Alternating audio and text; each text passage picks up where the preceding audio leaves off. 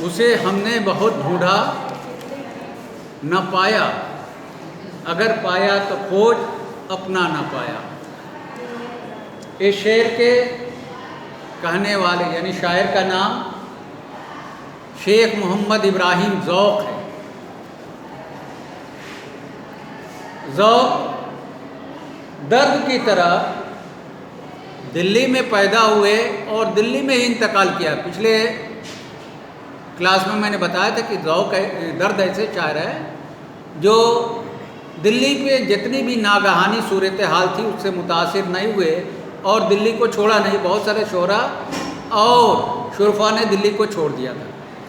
اسی طرح ذوق بھی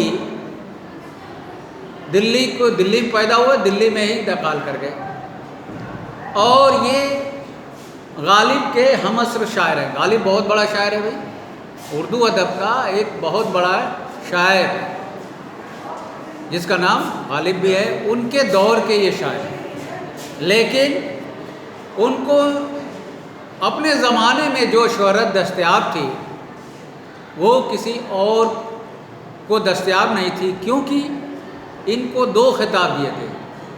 دو خطاب دیے گئے تھے، پہلا خاقانی ہند اور دوسرا جو ہے ملک الشعراء کا۔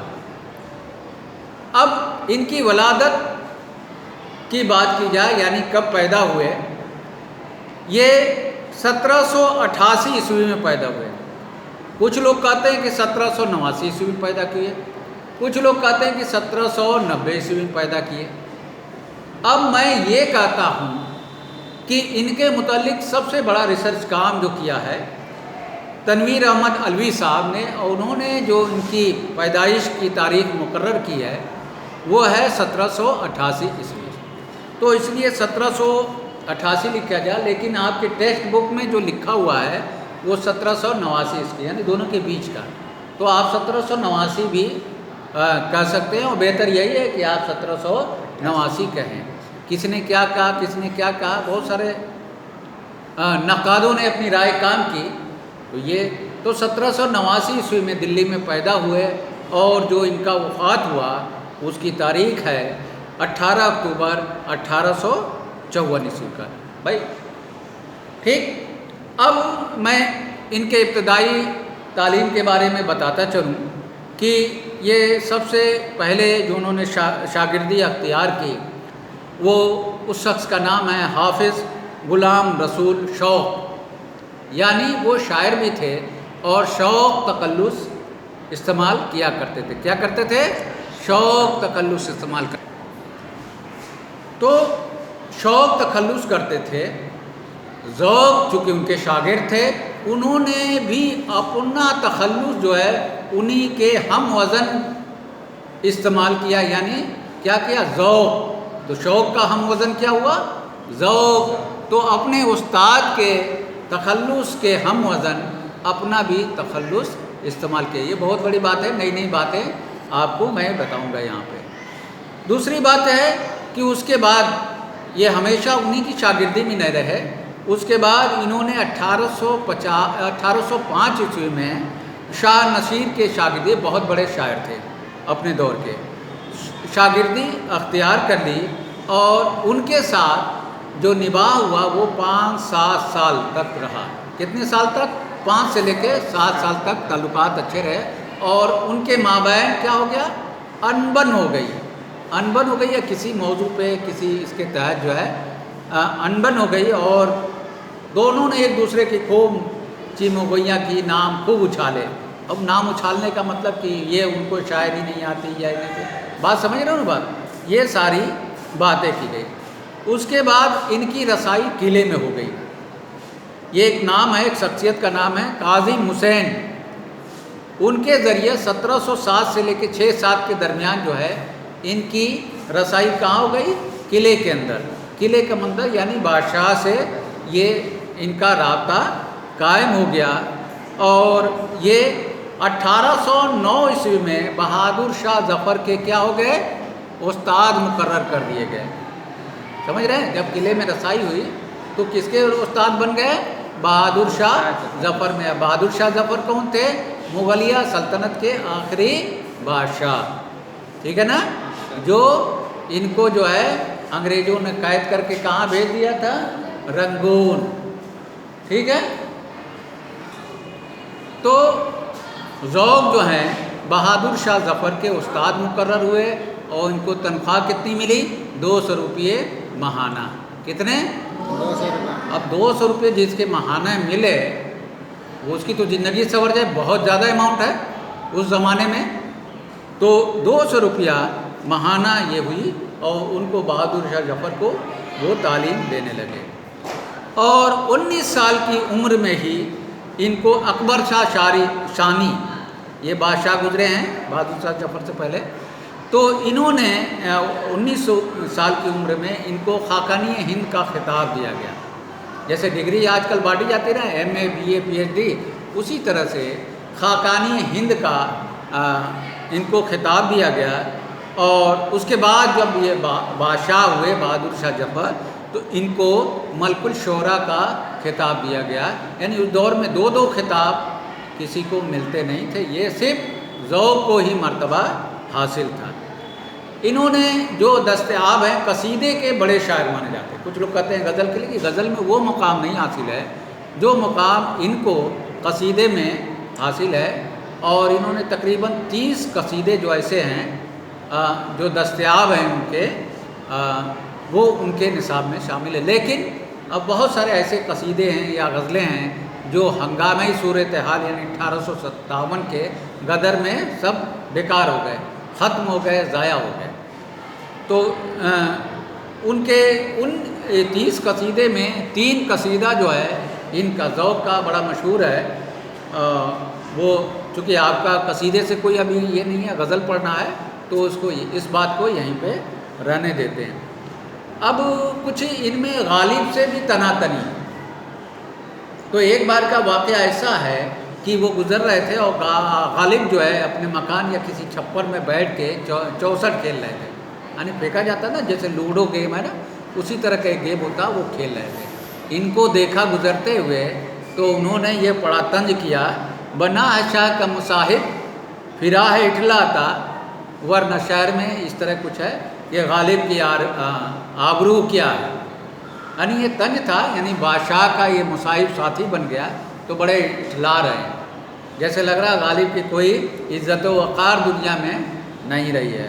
اور اس کے بعد سے پھر وہ کبھی ذوق نے غالب کو کہا ہوگا کہ تیری اوقات کیا, تیری حیثیت کیا ہے, تو اس پر غالب نے پڑھا تھا کہ ہر ایک بات پہ کہتے ہو تم کہ تو کیا ہے, تم ہی کہو نہ کہ انداز گفتگو کیا ہے. یہ پڑھ کے سناتے تھے.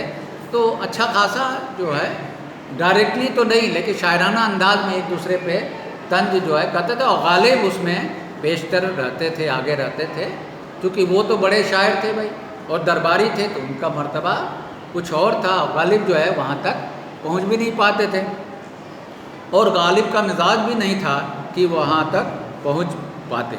بہرکیف یہ ہم نے دیکھا, یہ ذوق شیخ کے بارے میں پڑھا, ذوق کے بارے میں پڑھا, یہ ان کی سوانح عمری تھی. اب ان کی غزل کو دیکھتے ہیں کہ کیا ہم ان کی غزل کو ان کے کس پائے میں رکھتے ہیں. جو آپ کے نصاب میں شامل ہے ان کی ایک ہی غزل ہے, وہ اس طرح سے ہے جسے میں نے اس آپ کی جو پڑھا رہے ہیں اس کے ابتدائی دور میں ہی پڑھا تھا. وہ یہ تھا کہ اسے ہم نے بہت ڈھونڈا نہ پایا, اگر پایا تو کھوج ہم نے پایا.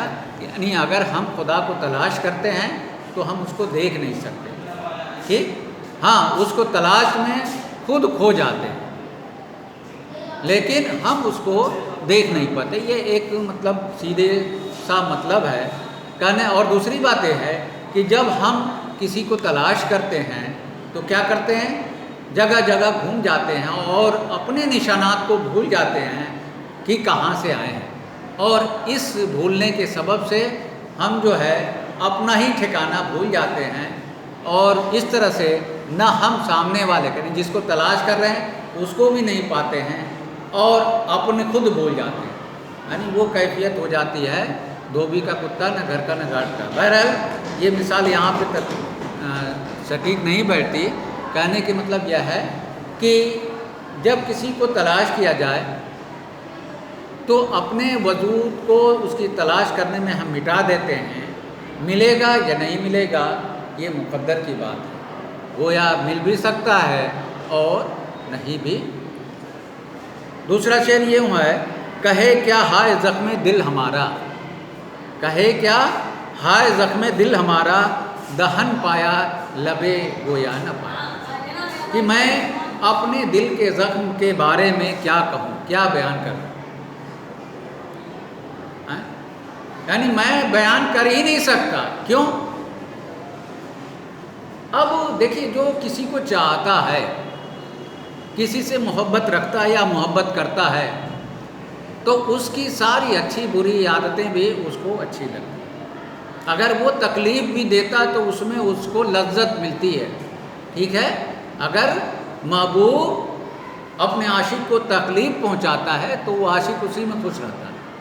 اب اس منظر میں، اس پس منظر میں اگر ہم اس شعر کو دیکھتے ہیں، کہے کیا ہے زخم دل ہمارا، کہ میں اپنے زخم دل، اپنے دل کے زخم کے بارے میں آپ سے کیا بتلاؤں، کہ میرے دیکھ بظاہر تو لگتا ہے کہ میرے پاس منہ ہے لیکن زبان نہیں ہے، میں بیان نہیں کر چاہتا تھا، کیونکہ اس میں عشق کی رسوائی، محبت کی رسوائی ہوگی۔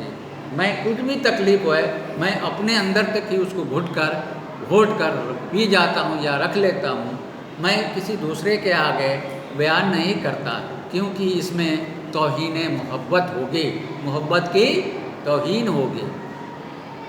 سمجھ رہے ہیں نا؟ تو عشق کے ضابطے الگ الگ ہوتے ہیں کہ وہاں تکلیف بھی بیان نہیں کی جاتی۔ اب تیسرا شعر دیکھیے، نہ مارا تو نے پورا ہاتھ قاتل، یہاں قاتل کون ہے؟ محبوب۔ نہ مارا تو نے پورا ہاتھ قاتل، ستم میں بھی تجھے پورا نہ پایا۔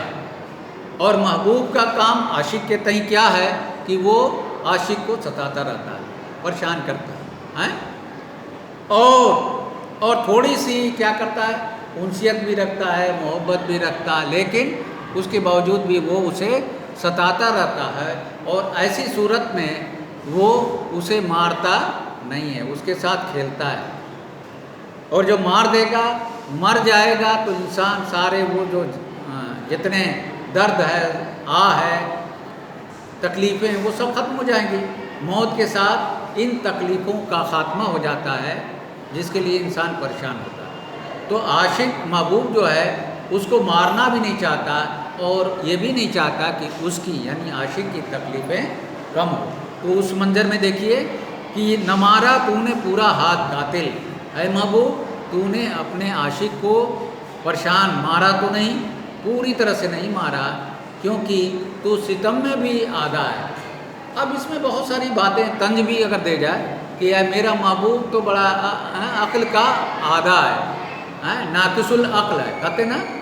اب یہاں ناقص العقل جو ہے ایک محاورہ استعمال کیا جاتا ہے، پتہ ہے کس کے لیے؟ عورتوں کے لیے۔ عورتوں کے لیے کیا کہا جاتا ہے کہ عورتیں، ان کا عقل جو ہے ناقص العقل ہوتی ہے۔ کیا ہوتی ہیں؟ ناقص العقل۔ یہ محاورہ استعمال کیا جاتا ہے۔ اگر اس معنی میں اس کو لیا جائے تو کہنے کا مطلب یہاں محبوب جو ہے کون سا جنس ہے؟ عاشق کا الٹ جنس ہے، یعنی اپوزٹ جنس ہے۔ تو وہاں پہ اس کا عقل جو ہے، یعنی جو بھی عمل کرتا ہے محبوب، وہ آدھا ہی کرتا ہے، یعنی ایک دم ناقص العقل ہے۔ طنز بھی اس کو اس طرح سے کہا جا سکتا ہے، ارے تمہیں مارنا ہی ہے تو پورا مارتے، آدھا کیوں مارے؟ لیکن وہ تو اتنا ہی دماغ رکھتا ہے، کون؟ محبوب۔ تو یہ اگر نگیٹو اس میں اس کی تشریح کی جائے تو اس کا اس طرح سے بھی مطلب نکالا جا سکتا ہے، ناقص العقل محبوب کے لیے کہا گیا ہے۔ اور جب محبوب کے لیے ناقص العقل کہا جائے گا تو اس کا اشارہ کہیں اور جنس کی طرف جائے گا، جس ناقص العقل وشیش اور خاص طور پہ جس شخص کے لیے، جس فرد کے لیے استعمال کیا جاتا ہے، اسے ہم اور آپ اچھی طرح سے واقف ہیں، ٹھیک ہے؟ کبھی تو اور کبھی تیرا رہا غم، کبھی تو اور کبھی تیرا رہا غم، غرض خالی دل شیدا نہ پایا۔ خیر، اب یہ دیکھیے اس میں اسی طرح سے ایک مومن کا شعر ہے، تم میرے پاس ہوتے ہو گویا جب کوئی دوسرا نہیں ہوتا۔ تو کہہ رہا ہے، اب شاعر کیا کہہ رہا ہے؟ شاعر یہ کہہ رہا ہے کہ کبھی تو، یعنی جب تو محبوب میرے پاس ہوتا ہے، ٹھیک، تو ہوتا ہی ہے، اور جب تو چلا جاتا ہے تو تیری یادیں میرے ساتھ ہوتی ہیں، یعنی میرے پاس ہوتی ہیں۔ تو اس طرح سے میری شیدائی یا میرا عشق کا ایسا جنون ہے کہ میرا دل جو ہے کبھی خالی نہیں رہتا، ہر وقت یا تو رہے یا تیری یادیں رہتی ہیں۔ کہنے کا مطلب یہ ہے کہ عاشق کی زندگی میں ایسا آتا ہے ایک دن یا ہمیشہ کے لیے کہ ہر وقت، چاہے وہ دن ہو یا رات ہو، صبح ہو کہ شام ہو، محبوب کی یادیں ہمیشہ اس کو ستاتی رہتی ہیں۔ تو یہ 4 اشعار تھے، امید ہے کہ آپ کو سمجھ میں آ گئی ہوگی۔ اگر کوئی مشکل بات جو سمجھ میں نہیں آئے وہ آپ سوال کر سکتے ہیں، ٹھیک ہے، ان باکس میں ڈالیے، وہاں پہ سوال لکھ کے ڈالیے، اس کو جواب آپ کو دیا جائے گا، ٹھیک ہے نا؟ اور ٹھیک ہے، بہت بہت شکریہ۔